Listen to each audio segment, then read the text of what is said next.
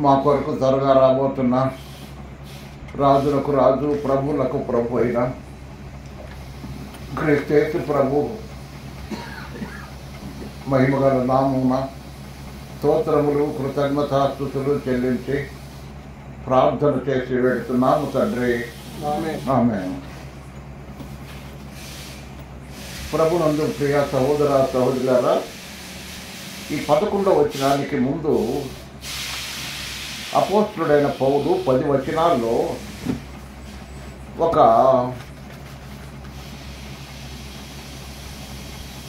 5 రకాలైన సంఘములో ఉన్న వాళ్ళను గురించి రాశాడు. మొదట వృద్ధ సహోదరులు, అంటే వృద్ధులైన సహోదరులు, వాళ్ళ విషయంలో ఏం చేయాలో చెప్పాడు. అలాగే సంఘములో ఉన్న వృద్ధ స్త్రీలైన వాళ్ళు ఎలా ఉండాలో చెప్పాడు. ఎందుకంటే క్రేతు ద్వీపములో సంఘములో లోపాలు దిద్దమన్నాడు పౌలు, సంఘ పెద్దలను ఏర్పాటు చేయమన్నాడు. కాబట్టి ఏర్పాటు చేయమంటూ ఎటువంటి వారు సంఘ పెద్దలకు అర్హులో, సంఘములో వాళ్ళని ఎట్లా దిద్దాలో ఆ సంగతులు చెప్తూ, తర్వాత వృద్ధ స్త్రీలు అన్నాడు, తర్వాత యవన స్త్రీలు అన్నాడు. యవన స్త్రీలు ఎలా ఉండాలో కూడా చెప్తున్నాడు. తమ భర్తలకు లోబడుతూ ప్రతి ప్రియులను, శిశు ప్రియులను, స్వస్థ బుద్ధి గలవారుగా, పవిత్రమును, ఇంట ఉండి పని చేసుకునేవారుగా ఉండాలని బుద్ధి చెప్పుతూ మంచి ఉపదేశము చేయువారిని ఉండవల్లని బోధించుము అన్నాడు. అలాగే యవన పురుషులను గూర్చి కూడా మాట్లాడాడు. కాబట్టి ఇవన్నీ కూడా సంఘములో ఉన్న వాళ్ళను బోధించవలసిన విషయాలు, హెచ్చరించవలసిన విషయాలు చెప్పమన్నాడు. ఎందుకంటే బైబిల్లో దేవుడు మన బలహీనతలన్నీ ఎరిగినవాడు. మరి స్త్రీలు ఎందుకు ఇంటనే ఉండాలని రాశాడంటే, తిమోతికి రాసిన యవన స్త్రీలు ఇంట్లో ఉండాలని ఎందుకు రాశాడంటే, తిమోతికి రాసిన మొదటి పత్రిక 5వ అధ్యాయం 14వ వచనం నుంచి 14వ వచనం చదువుకుందాం. కాబట్టి 14-15 వచనాలు. కాబట్టి యవన స్త్రీలు వివాహము చేసుకోవాలా, పిల్లలను కనాలా, గృహ పరిపాలన చేయాలంటే, గృహము పరిపాలన అంటే పరిపాలించే దేవుడు రాజు, రాణి. ఈమె ఇంటికి రాణిలాగా ఉండాలా, పరిపాలన చేయాలా. నిందించుటకు విరోధి కంటే విరోధికి అవకాశం లేకుండా ఉండాలా అని కోరుతున్నాను అన్నాడు. ఎందుకయ్యా కోరుకుంటున్నావు పౌలు అని అడిగితే 15వ వచనం అంటున్నాడు. ఇంతకు ముందే కొందరు త్రోవ నుండి తొలగిపోయి సాతానుడు వెంబడించిన వారైరి అని రాత్రి మేము అంతవరకు చెప్పుకున్నాం. కాబట్టి సహోదరులారా, సహోదరులారా, బైబిలు ఇది అంగీకరించదు. ఇంట ఉండి పని చేసేవావు, పిల్లలు వివాహం చేసుకోవాలా, పిల్లలను కనాలా, గృహ పరిపాలన చేయాలా. ఇది యవన స్త్రీల యొక్క లక్షణాలు. అది బైబిల్ బోధిస్తుంది. ఇంట్లోనే ఉండాలని బైబిల్ బోధిస్తుంది. లేకపోతే సాతానుకు దొరికిపోతారు అని అంది. సాతానుకు దొరికిపోతారు అని చెప్తున్నాడు. చెప్తూ వీళ్ళందరూ తర్వాత దాసుల గురించి చెప్పాడు 9-10 వచనాల్లో. దాసులను గురించి కూడా చెప్పాడు. వాళ్ళు ఎలా ఉండాలో చెప్పాడు. మీరు సొంతంగా చదువుకోండి అవి. కాబట్టి ఏలయనగా ఇవన్నీ చెప్పిన తర్వాత ఏలయనగా సమస్త మనుషులకు రక్షణకరమైన దేవుని కృప ప్రత్యక్షమైంది.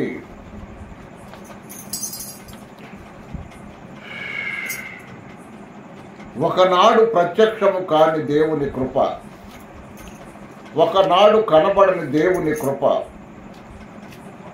ఈనాడు ప్రత్యక్షమైంది. ఎలాగా? యోహాను సువార్త 1వ అధ్యాయం,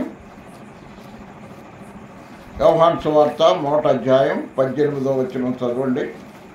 1వ అధ్యాయం 17వ వచనం.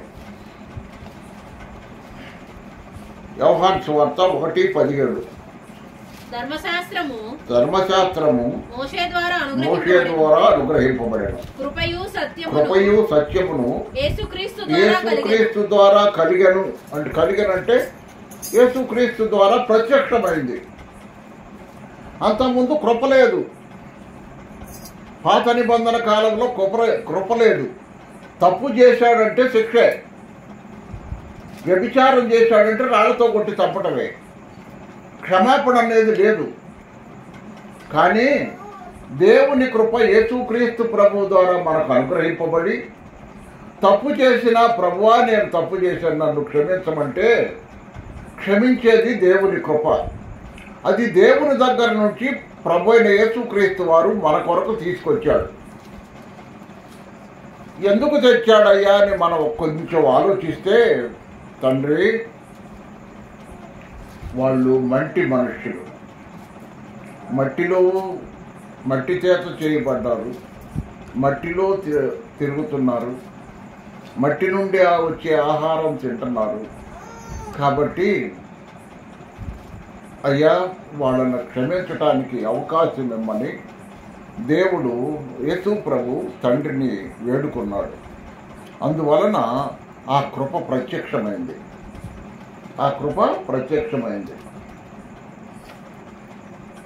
మనం ఎలాగ రక్షించబడ్డాం?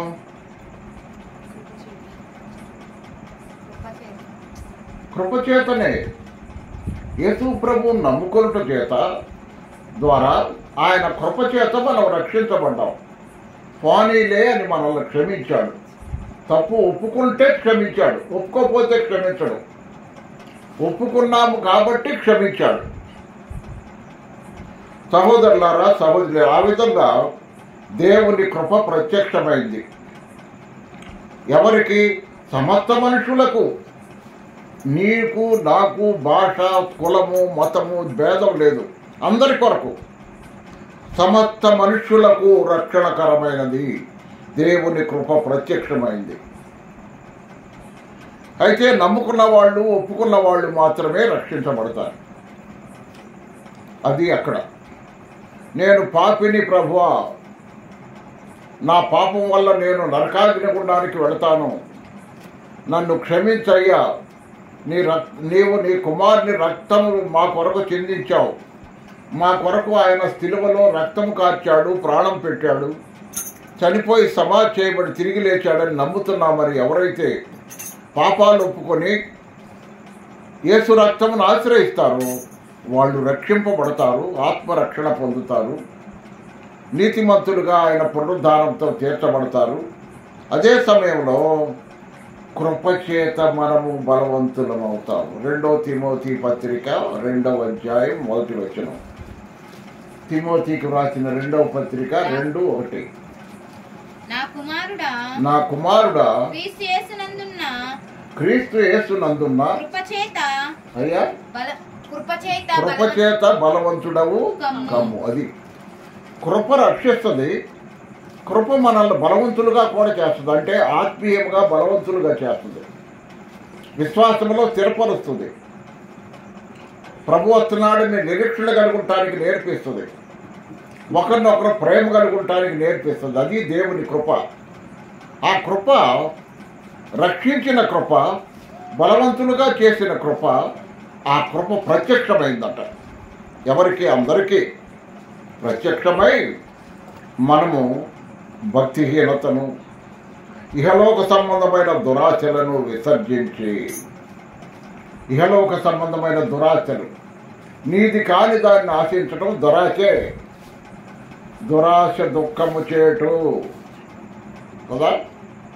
యాకోబు పత్రికలో అన్నాడు 1వ అధ్యాయంలో, దురాశ గర్భము ధరించి పాపమును కనును, పాపము పరిపక్వమై మరణమును కనును. కాబట్టి నీది కాని దాన్ని దేన్ని ఆశించొద్దు.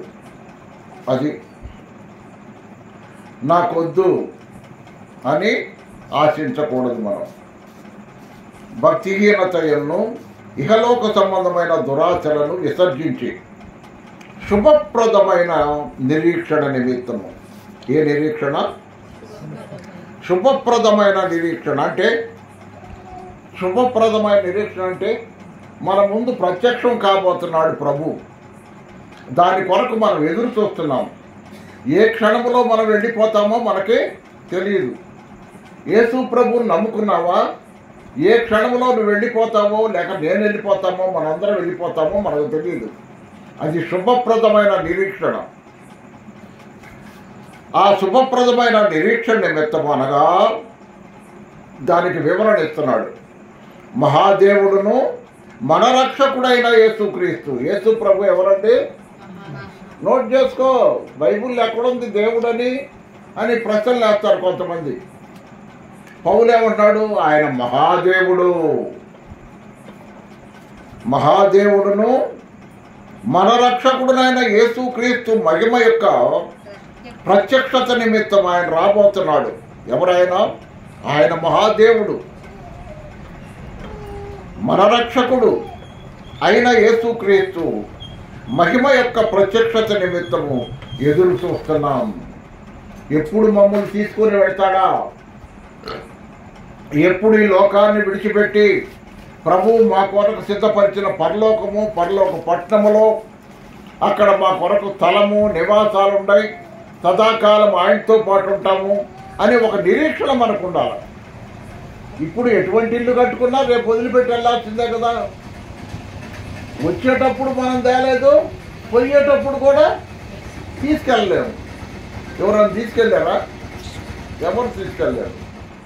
ఇప్పుడు ఈ ఇల్లు కట్టించింది అబ్రహాం గారు, వీళ్ళు సామ్యూల్ గారు ఇల్లు కట్టించారో, కట్టించింది కొన్నారో, మొత్తానికి ఇల్లు వాళ్ళది. కానీ వాళ్ళు ఎంత తీసుకెళ్ళారా? తీసుకెళ్ళా. ఉన్న వాళ్ళకి ఇచ్చి వెళ్ళిపోయారు అంతే. వచ్చేటప్పుడు ఏం తెచ్చారా? వచ్చేటప్పుడు కూడా ఏం చేయాలి.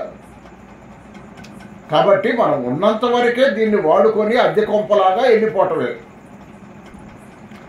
మహాదేవుడును మన రక్షకుడైన యేసుక్రీస్తు మహిమ యొక్క ప్రత్యక్షత నిమిత్తము ఎదురు చూస్తున్నావా విశ్వాసి? యేసు ప్రభు వస్తాడని ఎదురు చూస్తున్నావా? ఎదురు చూడాలా.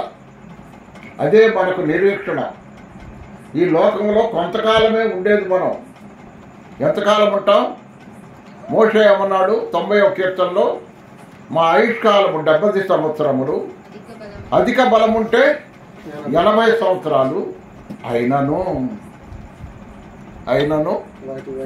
ఆయాసము దుఃఖమే. ఆయాసము దుఃఖమే. కాబట్టి ఈ లోకంలో స్వస్థ బుద్ధితోనూ అంటే మంచి బుద్ధి, జీవించిన కాలంలో మంచి బుద్ధి కలిగి జీవించటం, నీతితో జీవించటం, నీతి అవినీతికి పాల్పడకుండా నీతి గల జీవితం జీవించటం, తర్వాత భక్తితో జీవించటం. భక్తి అంటే దేవుడంటే భయము కలిగి ఉండాలి. ఆయన యందు మనం భక్తి కలిగి ఉండాలి. దేవుడి యందు ఎట్లా ఉండాలా? అమ్మా, దేవుడు చూస్తున్నాడు నిన్ను, దేవుడు నువ్వు ఏం చేస్తున్నావో అన్నీ చూస్తున్నాడని భయం కలిగి ఉండాలా. మన మాటలు వింటున్నాడని భయం కలిగి ఉండాలా. మన ఆలోచనలు కూడా, భర్త ఆలోచనలు భార్యకు తెలియదు, భార్య ఆలోచనలు భర్తకు తెలియదు. కానీ దేవుడు ఆలోచనలు కూడా గ్రహిస్తాడు. ఏం చేస్తాడు? ఆలోచనలు కూడా గ్రహిస్తాడు అని భక్తితో ఉండాలి. భక్తితో బ్రతుకుతుండడం వల్లనే మనకు బోధించుతున్నది. ఇప్పుడు చెప్పండి, ఏది బోధిస్తుంది?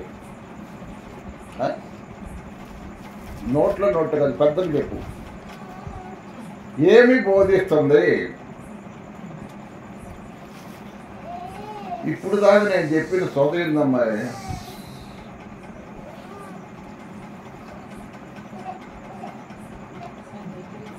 ఏలయనగా సమస్త మనుష్యులకు రక్షణకరమైన దేవుని కృప ప్రత్యక్షమై ఈ లోకములో స్వస్థబుద్ధితోనూ నీతితోనూ భక్తితోనూ బ్రతుకుతుండవల్లని మనకు ఏంది బోధిస్తుంది? మళ్ళీ వచ్చారు మూటకి. దేవుని కృప బోధిస్తుంది. నేను కాదు, నేను బోధించట్లా, దేవుని కృప బోధిస్తుంది. నేనేమై ఉన్నాను అది దేవుని కృపే అన్నాడు పౌలు. కాబట్టి ఊరికే మనం ఒక బోర్ల, దేవుని చేతిలో ఒక బోర్ లాంటి వాళ్ళం. ఆ బోరను దేవుడు వాడుకుంటాడు. ఎలాగా? తన కృప చేత. రక్షించేది కృప, బలవంతులుగా చేసేది కృప, మనల్ని నడిపించేది కృప. కృప లేకుండా కొత్త నిబంధనలో ఏమీ లేదు. కాబట్టి బ్రతుకుతుండవల్లని మనకు బోధించుతున్నది. ఇప్పుడు 14వ వచనం. ఆయన ఎవరు? మహాదేవుడును మన రక్షకుడైన యేసుక్రీస్తు. ఆయన సమస్తమైన దుర్నీతి నుండి మనల్ని విమోచించాడు. నా పాపాలు అన్నీ క్షమించబడ్డాయి, ఇంకా ఏమన్నా మిగిలి ఉండేది ఎవరైనా చెప్పగలరా? నా పాపాలు అన్నీ క్షమించబడ్డాయి అని చెప్పగలిగిన వాళ్ళు చేతులు ఎత్తండి. నా పాపాలు అన్నీ క్షమించబడ్డాయి, ఒక్కటి కూడా మిగలలేదు, అన్నీ ప్రభు క్షమించాడు అని చెప్పగలవా? ఎందుకు ఇట్టే లాభం లేదు, చేయి ఎత్తాలి బాగా. అది కాబట్టి మనము సమస్త దుర్నీతి నుండి మనల్ని విమోచించాడు. దుర్నీతి అంటే, సమస్త దుర్నీతి అంటే యోహాను రాసిన మొదటి పత్రిక 1వ అధ్యాయం 9వ వచనం. యోహాను రాసిన మొదటి పత్రిక 1వ అధ్యాయం 9వ వచనం. మన పాపములను మనము ఒప్పుకొనిన యెడల ఆయన నమ్మదగిన వాడు నీతిమంతుడును గనుక ఆయన మన పాపములను క్షమించి సమస్త దుర్నీతి నుండి. అది ఏదంటే సమస్త దుర్నీతి అంటే ప్రతి చెడుగు నుంచి మనల్ని పవిత్రులుగా చేశాడు. సమస్త చెడుగు నుంచి. మాట వల్ల చెడుగు వస్తుంది, మన ప్రవర్తన వల్ల చెడుగు వస్తుంది, మన ఆలోచనల వల్ల చెడుగు వస్తుంది, మన ప్రేమ విషయంలో, విశ్వాస విషయంలో, పరిశుద్ధత విషయంలో, వాటిల్లో ఏటిలో కూడా చెడుగు రాకుండా మనల్ని కాపాడుతున్నాడు. ఎందుకు కాపాడుతున్నాడంటే, ఎందుకు విమోచించాడంటే, సమస్తమైన దుర్నీతి నుండి మనల్ని విమోచించి సత్క్రియలయందు ఆసక్తి గల ప్రజలు. సత్క్రియలు అంటే మంచి పనులు. మంచి పనులు అంటే వాక్యానుసారముగా చేసే పనులు. నీ ఇష్ట ప్రకారం చేసేది కాదు, వాక్యానుసారంగా చేయాలి. వాక్యం ఏం చెప్తుందో ఆ ప్రకారం చేయాలి. కానీ నీ ఇష్ట ప్రకారం చేసేది మంచి పనే కదా అంటావా? దేవుడు అనద్దు. ఇప్పుడు నీ ఇష్టం వచ్చినట్టు నువ్వు చేసి ఇది మంచి పనే కదా అంటే ఎట్ట కుదిరిది? దేవుడు అనాల. తన సత్క్రియలయందు ఆసక్తి గల ప్రజలను తన కోసమై. ఎవరి కోసం మనం ఉంది? యేసు ప్రభు కోసం ఉన్నాం. యేసు ప్రభు కోసం ఆయన ఏర్పాటు చేసుకున్నాడు మనల్ని. చూశారా ప్రతి ఒక్కళ్ళ మీద ఆయన ఎంత ఆశ పెట్టుకున్నాడు? తన కోసమై, తన కోసరమై పవిత్రపరుచుకొని మనము సమస్త దుర్నీతి నుండి మనల్ని విమోచించాడు, మనల్ని పవిత్రపరిచాడు కూడా, పరిశుద్ధులుగా చేశాడు. పవిత్రపరుచుకొని తన సొత్తుగా చేసుకొనుటకు. ఎవరంటే తన సొత్తు అంటే ఆయన ప్రజలం, మనం ఆయన ఆస్తి. ఏలయనగా అయితే చీకటిలో నుండి ఆశ్చర్యకరమైన తన వెలుగులోకి మిమ్మల్ని పిలిచిన వారి గుణాతిశయములు ప్రచురము చేయు నిమిత్తము ఏర్పరచబడిన వంశమును. పేతురు రాసిన మొదటి పత్రిక 2వ అధ్యాయం 9వ వచనం. పేతురు రాసిన మొదటి పత్రిక 2:9. చీకటిలో నుండి ఆశ్చర్యకరమైన తన వెలుగులోకి మిమ్మల్ని పిలిచిన వారి గుణాతిశయములు ప్రచురము చేయు నిమిత్తము ఏర్పరచబడిన వంశమును, రాజులైన యాజక సమూహమును, పరిశుద్ధ జనమును, దేవుని సొత్తైన ప్రజలము. మనం ఎవరి సొత్తు? దేవుని సొత్తు. 1 కొరింథీ పత్రిక 6:19. 1 కొరింథీ పత్రిక 6:19 చదువమ్మా. 1 కొరింథీ పత్రిక 6వ అధ్యాయం 19వ వచనం చదవండి. 6:19లో ఆ మాట ఉంది. 6:19 మీ దేహము దేవుని వలన మీకు అనుగ్రహింపబడి మీలోనున్న పరిశుద్ధాత్మక ఆలయమై ఉన్నదని మీరు ఎరుగరా? మీరు మీ సొత్తుగారు నా ఇష్టం అంటానికి వీల్లేదు.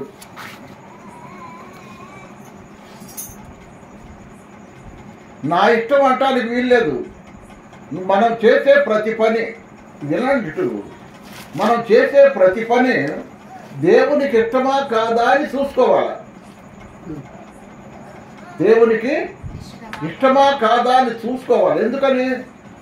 మనం కాదు. నీ శరీరం మీద నీకు అధికారం లేదు, నీ ఆత్మ మీద నీకు అధికారం లేదు, నీ మీదే నీకు అధికారం లేదు. ఎవరికి ఉంది? ఆయనకుంది. ఆయన కొనుక్కున్నాడు రక్తమిచ్చి. ఆయన రక్తమిచ్చి కొన్నాడు. పరిశుద్ధాత్ముగా నీలో నాలో ఉన్నాడు. పరిశుద్ధాత్ముడుగా నీలో నాలో ఉన్నాడు. కాబట్టి మనము మన సొత్తు కాదు, ఆయన సొత్తు. మన ఇష్ట ప్రకారం జీవించడానికి వీల్లేదు. ఆయన ఇష్ట ప్రకారం జీవించాలి. తన సొత్తుగా చేసుకొనుటకు తన్ను తానే మన కొరకు ఏం చేశాడు? అర్పించుకొనెను. మన కొరకు ఏం చేశాడండి? అర్పించుకున్నాడు. అర్పించుకోవటం అంటే ఊరికినే లేదు. అర్పించుకోవటం అంటే తలపై ముళ్ళ కిరీటముతో మొత్తిన మౌనముగా ఉన్నాడు. ముఖాన గుద్ది ఉమ్మి వేసిన మౌనముగా ఉన్నాడు. శరీరమంతా కోడా దెబ్బలతో నాగటి చాళ్ళవలే దున్నబడుతున్న మౌనముగా ఉన్నాడు. సిలువకు చేతులు కాళ్ళు శీలలతో కొట్టి బంధిస్తున్న మౌనముగా ఉన్నాడు.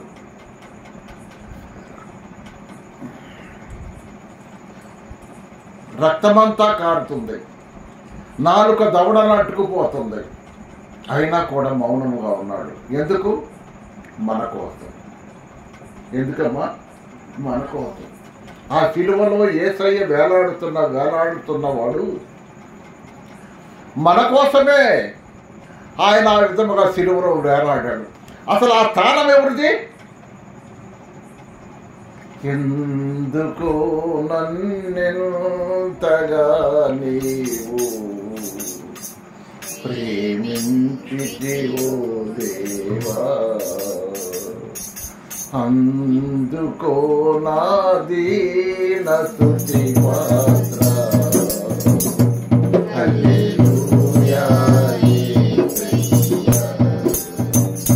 ఆ పాటలో ఒక చరణం ఏముంది? నా స్థానములో నీవు. మనము చేసిన పాపముల నిమిత్తము మనల్ని సిలువ వేయాల. కానీ ఎవరెక్కాడు సిలువ? యేసయ్య ఎక్కాడు. మన బదులు ఆయన ఎక్కాడు. నాకు మారుగా వధింపబడిన దేవుని గొర్రె పిల్ల, నాకు మారుగా వధింపబడిన దేవుని గొర్రె పిల్ల. కాబట్టి మనం ఎక్కవలసిన, మనకు రావలసిన శిక్ష ఆయన అనుభవిస్తూ ఆయన సిలువెక్కాడు మన బదులు. సహోదరుడా, నీవు రక్షించబడ్డావు, పాపక్షమాపణ పొందావు, ఆత్మరక్షణ పొందావు, నీతిమంతుడుగా నీతిమంతురాలుగా తీర్చబడ్డావు, జీవగ్రంథమందు నీ పేరు రాయబడింది. వీటన్నిటికీ జరిగిన కార్యం ఏంటి? మన కొరకు తన్ను తానే మన కొరకు అర్పించుకున్నాడు. అర్పించుకోవటం అంటే అర్పించుకున్నాడు అంటే అర్పించుకుంటాం అంటే ధూపం వేసేదాన్ని అర్పించుకుంటాం అంటారు. ధూపం వేసేదాన్ని అర్పించుకుంటాం అంటారు. మన తనంతడు తాను అర్పించుకున్నాడు. దేవా, ఇదిగో లోకంలో సమస్త మానవాళి పాప క్షమాపణ కొరకు నన్ను నేను అర్పించుకుంటున్నాను. అమూల్యమైన రక్తం, నిర్దోషమైన రక్తం, నిష్కళంకమైన రక్తం, పాపము లేని శని దేహము. ఆ విధముగా మన కొరకు ఆయన అర్పించుకున్నాడు. ఎందుకు? తన సొత్తైన ప్రజలుగా చేసుకొనుటకు, తన కోసము పవిత్రపరుచుకున్నాడు. నువ్వు ఎందుకు ప్రభు నమ్ముకున్నావు? ఆయన కోసం నమ్ముకున్నావు. సత్క్రియలు అందు ఆసక్తి గల ప్రజలు. మంచి పనులు చేయడానికి ఇష్టపడుతున్నావా? నీకు ఆసక్తి ఉందా? మంచి పనులు చేయాలనే ఆసక్తి నీలో ఉందా? అటువంటి వాళ్ళను తన కొరకు ఏర్పాటు చేసుకున్నాడు. ఇది చాలా ప్రాముఖ్యమైన, వివరించుకోవటానికి తగిన వాక్యం ఇది, 14వ వచనం. కాబట్టి వీటిని గూర్చి బోధించు, హెచ్చరించు, సంపూర్ణ అధికారముతో దుర్బోధను ఖండించు. నిన్నెవరిని తృణీకరించుకోవాక. ఆ దినాల్లో దుర్బోధన బయలుదేరినాయి. ఆ దుర్బోధన కూడా ఖండించమన్నాడు పౌలు తీతును. కాబట్టి రాత్రి దేవుని వాక్యం వింటున్న ప్రియ సహోదరుడా, సహోదరి, దుర్బోధన ఖండించమన్నాడు. ఎందుకంటే మన ప్రభువు మన కొరకు తన్ను తానుగా అప్పగించుకున్నాడు. కొరడాలతో కొట్టిన, అవమానపరిచిన, ముఖాన గుద్దిన, ఉమ్మివేసిన, ఏం చేసినా మన కొరకు తన ప్రజలుగా చేసుకోవటానికి, తన సొత్తుగా చేసుకోవటానికి ఆయన అర్పించుకున్నాడు. ఈ రాత్రి ఈ అనుభవం నీ జీవితంలో, మన జీవితంలో మనం కలిగి ఉండాలని ప్రభు కోరుతున్నాడు. ప్రార్థన చేసుకుందాం.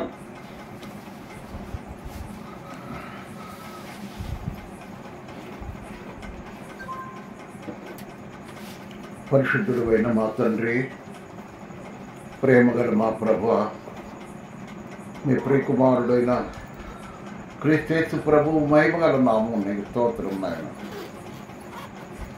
మేము పొందవలసిన శిక్ష నీవు అనుభవించావు. మేము ఉండవలసిన స్థానంలో నీవు చేరావు. మమ్మలను తప్పించి నీవు చేరావు. నాకు మారుగా నేను చేసిన పాపాలకు నేను సిలువేయబడాల. కానీ నన్ను సిలువ ఎక్కకుండా చేసి నువ్వు సిలువెక్కి నా పాపకు క్షమాపణ నిమిత్తం నీ రక్తాన్ని, అమూల్యమైన రక్తాన్ని కార్చావు. అయ్యా, ఈ రాత్రి మాటలు మా హృదయాల్లో ఉంచుకొని ఆ ప్రకారం జీవిస్తూ నిన్ను మహింపరిచే బిడ్డలుగా చేయండి. నీ ఆత్మ ద్వారా నడిపించండి. నడిపించినందుకు నీకు స్తోత్రం నాయన. నడిపించినందుకు నీకు స్తోత్రం. మేము నీ ప్రజలం, నీ సొత్తు. నువ్వు మమ్మల్ని కొన్నావు. మా మీద మాకు అధికారం లేదు. ఈ సత్యాన్ని గ్రహించే హృదయాలు దయచేయండి. సహాయం చేయమని ప్రభువా. ఇంకా ఈ అనుభవానికి రాని వాళ్ళు ఎవరైనా ఉంటే, నా ఇష్టం అనేవాళ్ళు ఎవరైనా ఉంటే, వాళ్ళు రక్షింపబడిన వారు కాదు, నీ రక్తంతో కడగబడిన వారు కాదు. నాదేముందండి, ప్రభు ఉన్నాడు అనేవాళ్లే నీ బిడ్డలు, నీ సొత్తైన ప్రజలు.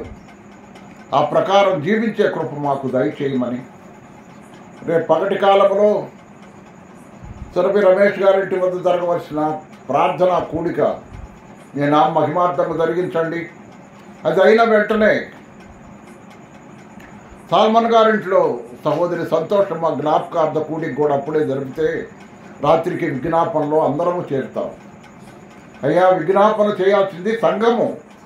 కాబట్టి ఇక్కడ కార్యక్రమాలు జరిగితే అక్కడ సంఘంలో విజ్ఞాపన ఉండదు.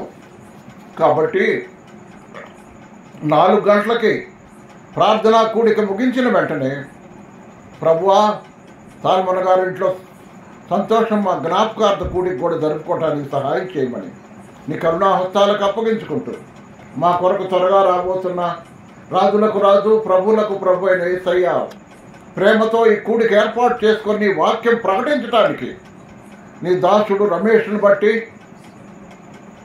సహోదరి నాగవేణిని బట్టి నీకు స్తోత్రం నాయన. వారి బిడ్డలను దీవించి ఆశీర్వదించండి, బుద్ధి జ్ఞానములు దయచేయండి. చదువుకుంటుండగా వాళ్ళకి కావాల్సిన నాయన జ్ఞానమును జ్ఞాపక శక్తిని దయచేయమని నీ కరుణాహస్తాలకు అప్పగించుకుంటూ, శాశ్వతమైన నీ ప్రేమతో ప్రేమించిన మా ప్రభువా నీకు స్తోత్రములు కృతజ్ఞతాస్తుతులు చెల్లిస్తూ, యేసుక్రీస్తు వారి అతి శ్రేష్టమైన నామమున కృతజ్ఞతాస్తుతులు స్తోత్రములు చెల్లించి ప్రార్థన చేసి పెడుతున్నాము తండ్రి. ఆమేన్. అందరికీ వందనాలమ్మా.